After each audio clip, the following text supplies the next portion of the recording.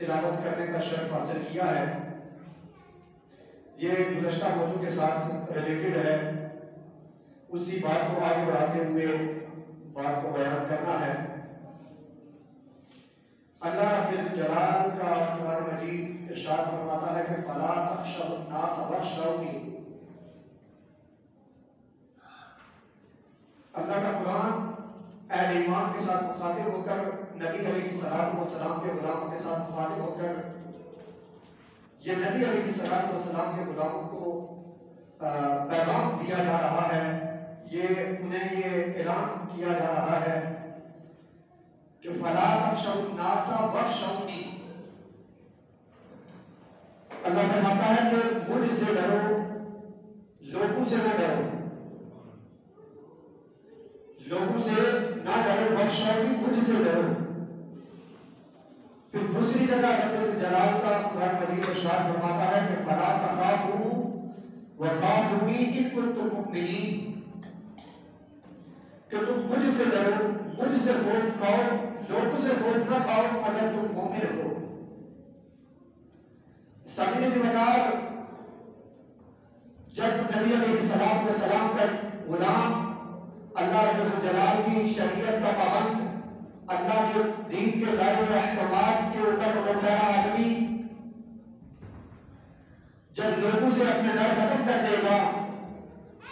جب اللہ رب الجلال سے اپنا رشتہ جوڑ لے گا، تو پھر وہ دنیا کے تمام تر گناہوں سے بالاتاب ہو جائے گا۔ جب وہ رب سے ڈرے گا تو وہ جھوٹ کو چھوڑ دے گا۔ جب بندہ رب سے ڈرے گا، لوگوں سے نہیں ڈرے گا، تو پھر بندہ حرام کھانا چھوڑ دے گا۔ جب بندہ رب الجلال سے ڈرے گا تو پھر بندہ جھوٹ بولنا چھوڑ دے گا۔ جب بندہ رب الجلال کے خوف کو اپنے دل کے اندر مجذب کرے گا تو پھر بندہ چغلی کرنا چھوڑ دے گا۔ جب بندہ رب الجلال کے ڈر کو اپنے دل و دماغ کے اندر بسائے گا تو پھر بندہ جھوٹی گواہیاں دینا چھوڑ دے گا۔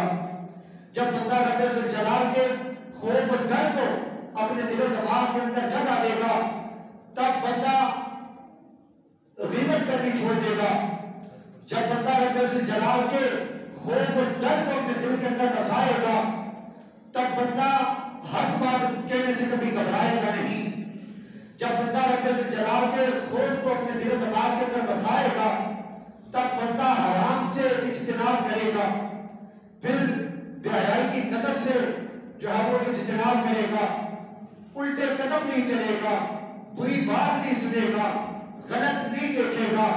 غلط پکڑے گا نہیں، غلط سوچے گا نہیں۔ تو ایسے لوگوں کے لیے اللہ کے نبی نے فرمایا کہ اللہ رب الجلال ارشاد فرماتا ہے کہ لا اجمع علی عبدی خوفین ولا امنین من خافنی فی الدنیا امنتہ فی الآخرہ ومن خافنی فی الدنیا خفتہ یوم القیامہ، کہ جو لوگ دنیا کے اندر رہتے ہوئے اپنے رب سے ڈرتے ہیں، لوگوں سے نہیں ڈرتے،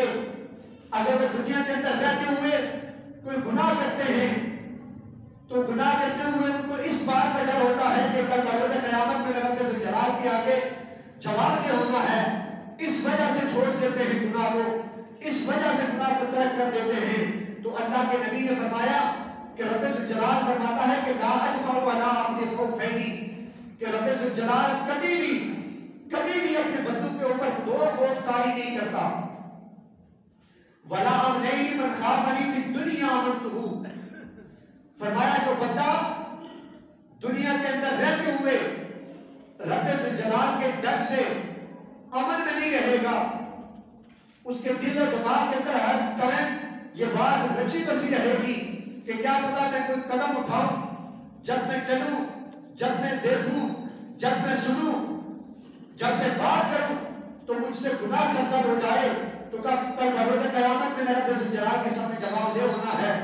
تو اس وجہ سے وہ رب الجلال کے خوف سے ڈرتا ہے دنیا کے اندر رہتے ہوئے۔ تو رب الجلال نے اس بندے کو یہ ٹکٹ عطا فرمائی ہے کہ جو بندہ دنیا کے اندر رہتے ہوئے مجھ سے ڈرے گا، کل بروز قیامت میں اس بندے کو بے خوف رکھ دوں گا۔ کل بروز قیامت جب حشر کا میدان لگا ہوگا تو اس بندے کو میں بے خوف رکھوں گا، اس وقت اسے کسی چیز کا خوف نہیں ہوگا, کسی چیز کا ڈر نہیں ہوگا, اس لیے کہ وہ دنیا میں مجھ سے ڈرا ہے. ایسا نہیں ہے کہ وہ دنیا کے اندر بھی مجھ سے ڈرا ہے اور آخرت کے اندر بھی میں اس کے اوپر خوف طاری کر دوں. نہیں, فرمایا کہ اگر دنیا کے اندر ڈرے گا تو میں قیامت میں اسے خوش رکھوں گا. پھر ساتھ ہی فرمایا ومن اخذتہ فی الدنیا ومن اخذتہ ومن امننی فی الدنیا اخذتہ یوم القیامہ. فرمایا کہ دنیا کے اندر رہتے ہوئے امن میں ہے. امن سے مراد وہ گناہ کرتے ہوئے شرماتا نہیں, جھوٹ بولتے ہوئے شرماتا نہیں, غیبت کرتے ہوئے شرماتا نہیں, دل کے اندر بغض رکھتا ہے, بخیلیاں رکھتا ہے, عداوت رکھتا ہے,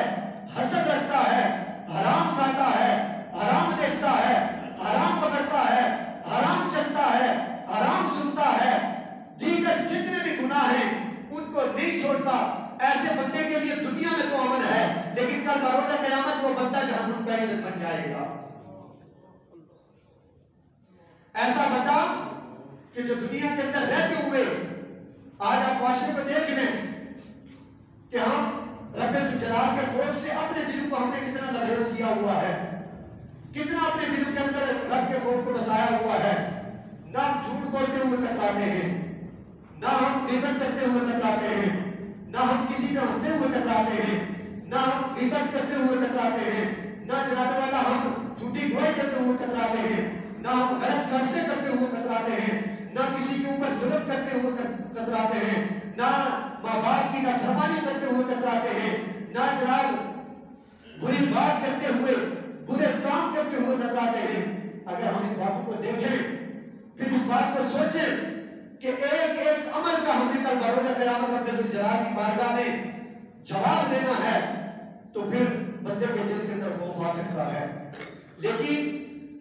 لمحہ فکریہ یہ ہے کہ ہمارے دلوں کے اندر گناہوں کی وہ مور لگ چکی ہے کہ جس کو ہم اتارنے کا نام ہی نہیں لے رہے, جس کو ہم اتارنے کے لیے تیار ہی نہیں ہیں. دن ب دن, لمحہ ب لمحہ, گھڑی ب گھڑی ہم گناہوں کی دلدل میں پھنستے جا رہے ہیں, گناہوں کے ان گڑھوں کے اندر اترتے جا رہے ہیں جہاں ہمارے لیے تباہی ہے, بربادی ہے, ہلاکت ہے. اگر ہم اس اپنی ہلاکت کو سمجھیں کہ ہم نے اس قبر کے اندر جا کر جواب دہ ہونا ہے, تو پھر ہم یقیناً اس رب الجلال کے خوف سے ڈریں. اس قبر کے بارے میں اللہ کے نبی نے فرمایا کہ سب سے مشکل جو مرحلہ ہے, سب سے کٹھن جو مرحلہ ہے, وہ قبر کا ہے. جس بندے نے اس قبر کے امتحان کو پاس کر لیا وہ بندہ سیدھا جنت کے اندر داخل ہو جائے گا, اور جس بندے نے اس قبر کے امتحان کو فیل کر دیا وہ جہنم کا ایندھن بن جائے گا. سامعین وقار, اللہ کے نبی نے